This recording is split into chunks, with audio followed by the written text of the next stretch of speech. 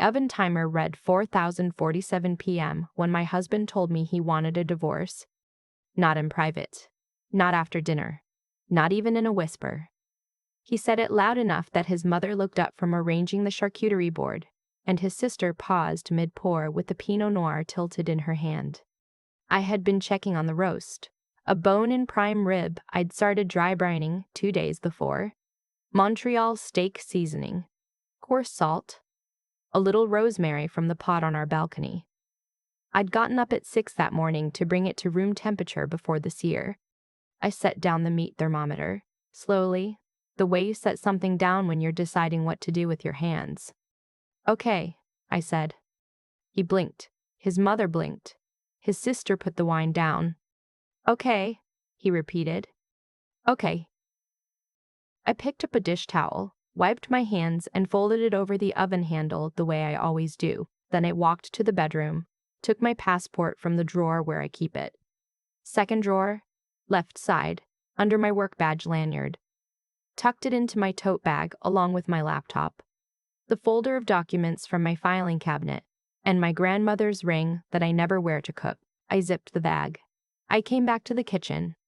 His sister was still standing there with the wine. His mother had moved to the living room doorway. I looked at my husband. He had that expression he gets when he's expecting me to cry. Half expectant, half braced. I'd seen it before.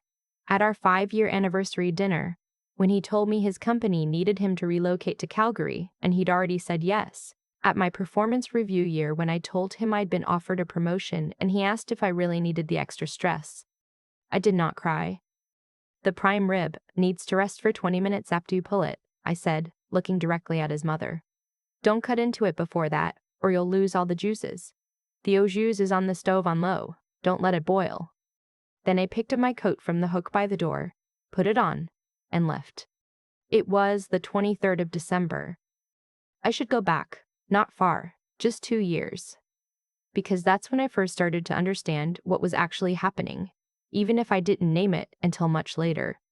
I was 31 when we got married. He was 34. I was a project lead at an engineering consulting firm in Vancouver, the kind of job where you're on client sites 3 days a week and spend the other 2 writing reports that determine whether a bridge gets built or a remediation project gets funded. I was good at it.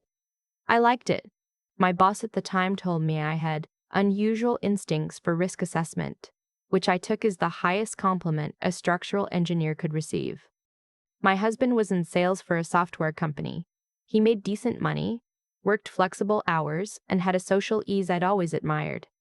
He could walk into a room of strangers and within 20 minutes know everyone's name, their kids' names, and their preferred hockey team. We balanced each other in the way people say couples balance each other, which I now understand means one person fills in the gaps the other person leaves. We bought a condo in North Vancouver. It was in my name because his credit was lower. A student loan default years before that had only recently cleared. I didn't mind. We were married. I wasn't keeping score. Then his mother got sick. Not gravely, not immediately, but she was in her mid-70s and had developed some mobility issues, and his family, his sister, his aunt, his father, who still lived in Kelowna, collectively decided that someone needed to be nearby. His sister had young kids. His aunt was older. His father wouldn't move. "My mom really needs family close right now," he told me one evening in April. "I think we should move to Calgary." "You've been talking about this for 2 years," I said. "What changed?" "She called me crying last week." I looked at him for a long moment. "I have a job, babe. A good one. You could transfer. Or consult remotely. Lots of firms have Calgary offices." I called my manager the next week. She was understanding in the way people are understanding when they like you, but also need to be honest with you. There was no transfer available. I could go independent, but I'd lose my seniority, my benefits, and the pension contributions I'd been building for 8 years. I'd essentially be starting over. I told my husband this. He said he understood. He said we'd figure it out together. He said it so many times and with such genuine-sounding warmth that I eventually believed him. We moved in October. I went independent. I took a 40% pay cut in year 1. He got a promotion. Calgary winters are serious in a way. Vancouver winters are not. The first Christmas I spent there, the temperature dropped to -32, with the wind chill, and my husband's family came over. All of them. His mother and his father, who drove in from Kelowna, his sister and her husband and their 2 kids, his aunt and her partner. 11 people in our apartment, which was a perfectly fine apartment but had not been designed for 11 people. I cooked. Of course I cooked. I've been the one who cooked at every gathering since the first year we were together, and no one had ever suggested this was unusual or unfair, because I was good at it and I seemed to enjoy it, and therefore the natural conclusion was that I would always do it. His mother made a point of telling me the turkey was dry, not to my face, to his aunt, loudly, in the kitchen while I was standing at the sink. His sister offered to bring a green bean casserole the following year. Something easy, she said, so you're not doing everything. She brought it from a grocery store hot bar in a foil container. She didn't even transfer it to a dish. I noticed these things. I filed them away. The second year in Calgary, my independent work picked up. I landed a contract with a municipal infrastructure firm that had me reviewing drainage assessments for new developments across southern Alberta. It was good work, well compensated, and it required me to travel occasionally, 2 or 3 days at a time, never more than a week. My husband did not like this. He didn't say it directly at first. He said things like, "It's hard when you're away, and my mom was hoping to see you this weekend, and I just think we don't have as much time together anymore." He said these things in a tone that was not quite accusatory, but that communicated, clearly, that I was failing at something. One evening in March, he asked me if I'd thought about whether the travel was worth it. Worth it how? I asked. For us. For our life here. It's my career. I know, but he paused. We're talking about maybe starting a family, and I think it's worth considering what that would look like. We had talked about children. In the abstract, in the hopeful way people talk about things they aren't ready for yet. But this was different. This was him using that conversation as leverage for a different one entirely. "Are you asking me to scale back my work?" I said. "I'm asking you to think about priorities." I did think about them, and I thought about them again 6 months later when he told me his company was offering him a territory expansion that would require him to travel. More than me, as it turned out, and he was planning to take it. I said nothing about this. I should have. But I was 33 and I loved him, and I was still, at that point, choosing to believe that the version of our life I'd imagined was the version we were building. By the second December in Calgary, I had learned the rhythm of his family's expectations. His mother would express a preference about the menu. I would note it and adapt. His sister would arrive 40 minutes late and offer no explanation. His aunt would make a comment about our apartment. Cozy was her word. Always, deployed in a way that was not quite a compliment. His father would eat 2 full plates and say very little. The kids would run through the living room and knock something over, and his sister would laugh and say they were just excited. I would clean up. His mother would say the meal was pretty good this year. I would say thank you. That was the routine. The third year, this past December, I had outdone myself. I don't say that to sound self-congratulatory. I say it because it's true and because it matters to the story. I'd ordered the prime rib from a butcher in Inglewood 3 weeks in advance. I'd made a Quebec-style tourtière from scratch because my husband's aunt had mentioned once, years ago, that her father used to make it. I made roasted root vegetables with maple and thyme, Yorkies from a recipe I'd been refining for 4 years, a cranberry sauce with orange and star anise that my best friend, who is a genuinely extraordinary cook, had taught me when we were 26 and living in the same building in Gastown. I made a bouchée de Noël because the kids like chocolate and because I find laminated sponge calming to make when I'm anxious. And I had, for reasons I could not yet articulate, been anxious for weeks. Everyone arrived at 4 by 4:47, with the prime rib 15 minutes from being done. My husband walked into the kitchen and told me he wanted a divorce. The temperature outside was -18. I walked to the parkade, got in my car, and sat for a moment with my hands on the steering wheel. Then I called my best friend. She picked up on the second ring. I need a place to stay, I said. She didn't ask questions. She just said, I'll have the couch pulled out by the time you get here. She lives in Kensington, 20 minutes from our apartment. I drove carefully because the roads were icy and because I am, professionally, someone who assesses risk. And I was not going to add a car accident to the list of things happening to me that evening. When I got there, she handed me a glass of scotch and a pair of her socks, which were wool and had little foxes on them, and she sat with me on her living room floor and listened while I talked for 2 hours. At some point, she made pasta. At some point, she said, "Did you take your documents?" And I said yes. She said, "Good girl." She is the kind of friend everyone should have, and almost no one does.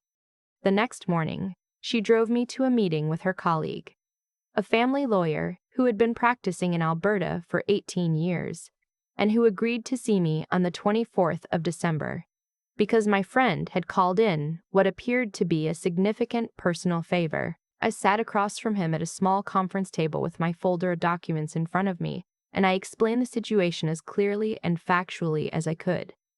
He was quiet for a moment when I finished. "The condo," he said, "the one in Vancouver.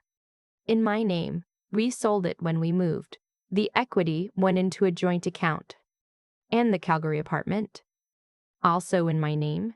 He's on the lease as a co-tenant, but the purchase, we bought it outright, no mortgage, is registered to me." He made a note. "Did you contribute differently to the purchase price?" I contributed the full amount from the Vancouver sale plus my savings. He was going through a period of lower income. Another note. "Any documentation of that?" I opened the folder. Wire transfer records, bank statements, the original purchase agreement. He looked at me for a moment over his reading glasses. "You prepared for this meeting." "I prepare for everything," I said. "It's my job." I did not hear from my husband for 31 hours. His mother called at 9 p.m. on Christmas Eve. I did not answer. She called again at 11. I did not answer. His sister called on Christmas morning. His aunt called. His father sent a text.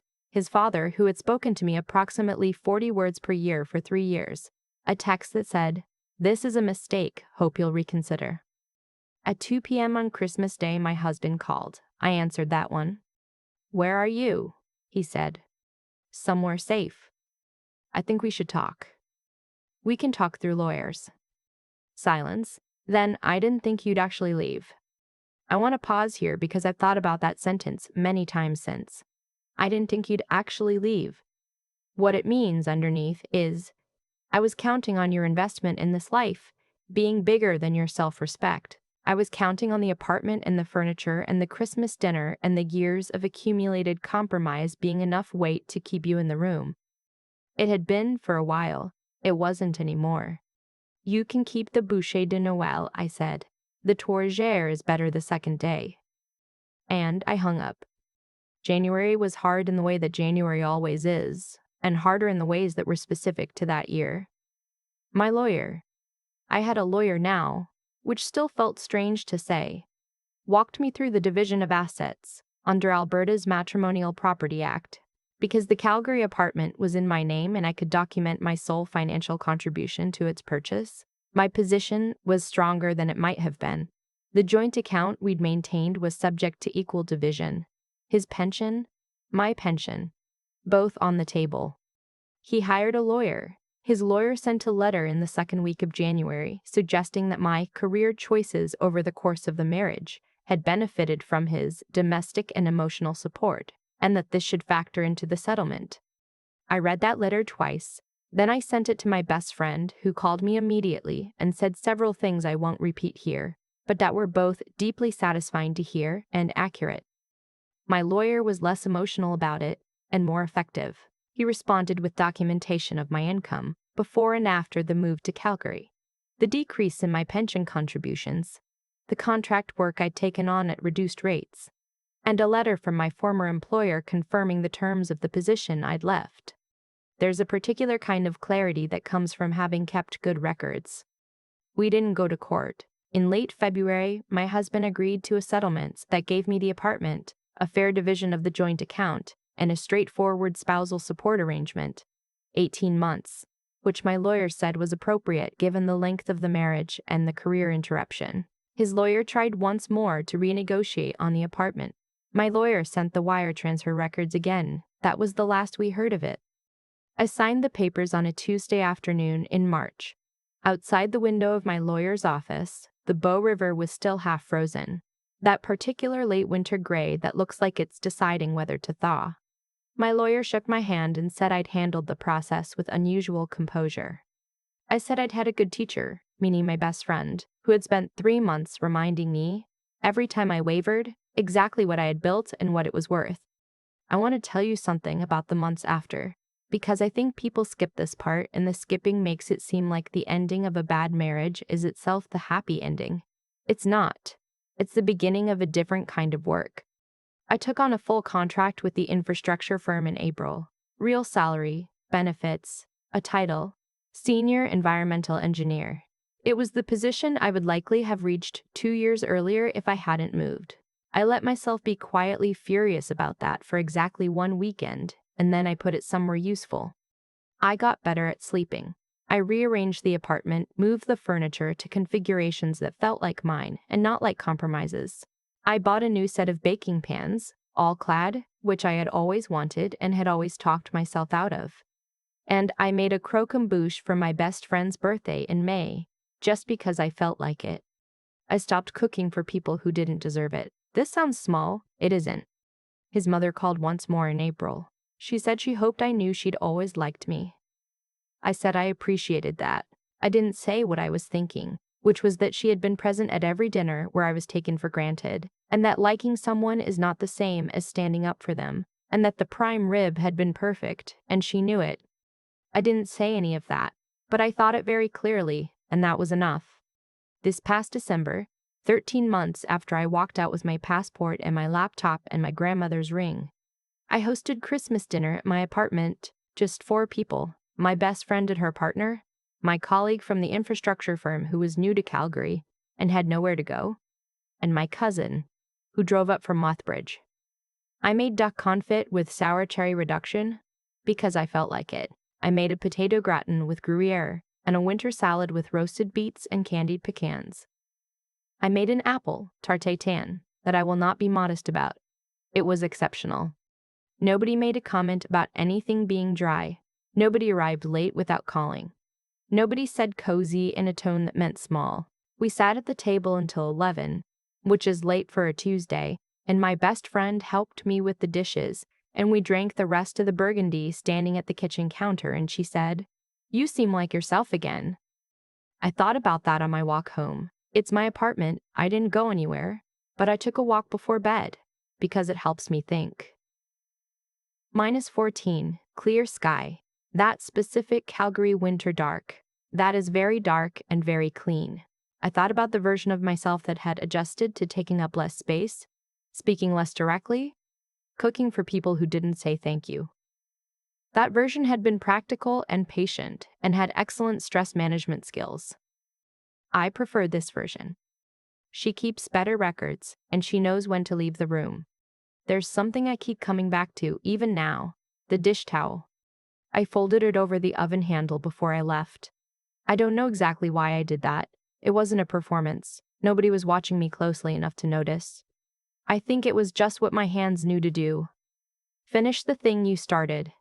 Don't leave a mess for the sake of making a point. That small act of tidiness, in the middle of everything falling apart, tells me more about who I was in that moment than anything I said out loud.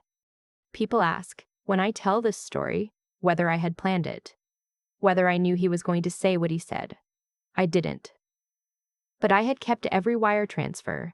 I had the purchase agreement in a folder.